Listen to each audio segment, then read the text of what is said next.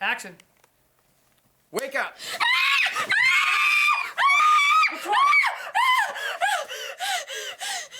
Now that we have your attention, we'd like to introduce to you Christopher Landon.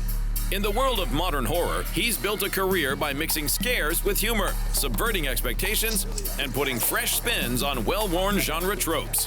From slasher films with time loops to zombie comedies, Landon has proven he's not interested in following the rules, he's rewriting them.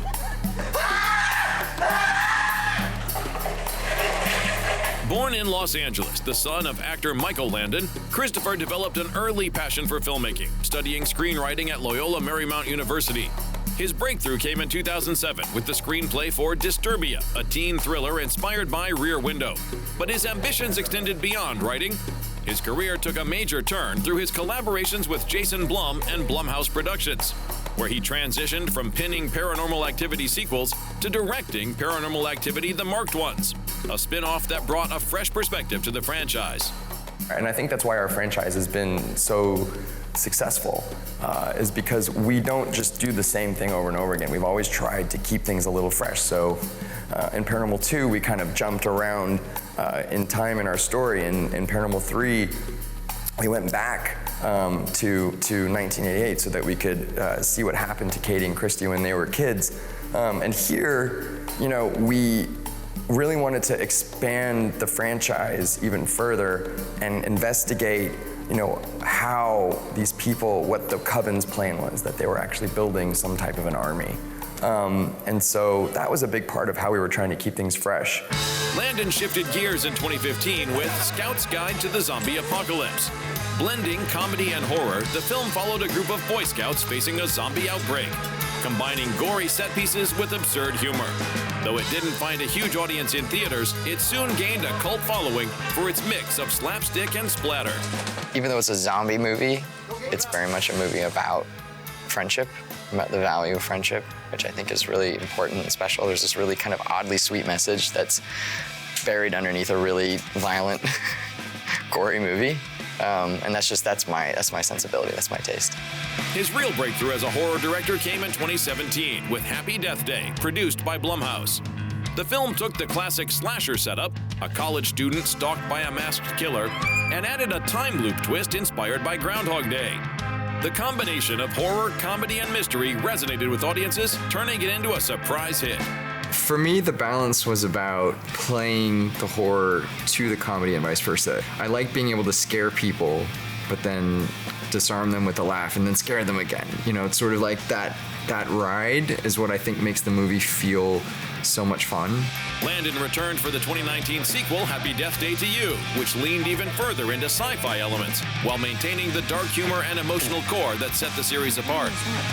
Producer Jason Blum couldn't be more proud of his work with Christopher.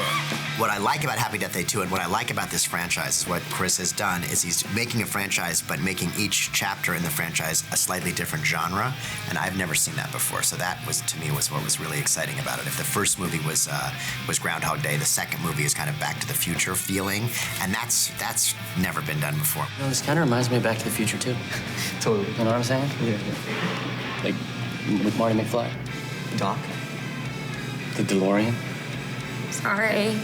What, are you serious? You've never seen Back to the Future? No, In 2020, Landon followed that up with Freaky, another team-up with Blumhouse, this time blending a slasher horror with a body swap comedy. Starring Vince Vaughn as a serial killer named The Butcher, who accidentally switches brains with a high school girl, the film delivered both brutal kills and comedic moments, further cementing Christopher's reputation for bending genre conventions. Look at me. Last night, our consciences, or spirits, or whatever you want to call it, traded places. And then he stabbed me with the Dola, which is like this ancient mystical dagger. And now I have less than 6 hours to swap back or I'm stuck in his body forever. It's not only the gender swap, but it's someone who is young and shy and naive, and then suddenly crossing with a person who's just a murderous killing machine.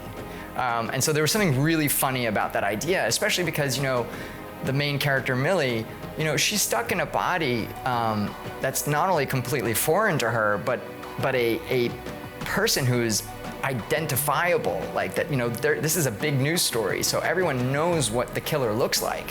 Christopher Landon's films don't just aim for scares. They mix in humor, character-driven storytelling, and a sense of playfulness that sets them apart from traditional horror fare. Whether reinventing the slasher formula or adding a comedic twist to supernatural scares, Landon continues to bring fresh ideas to the genre.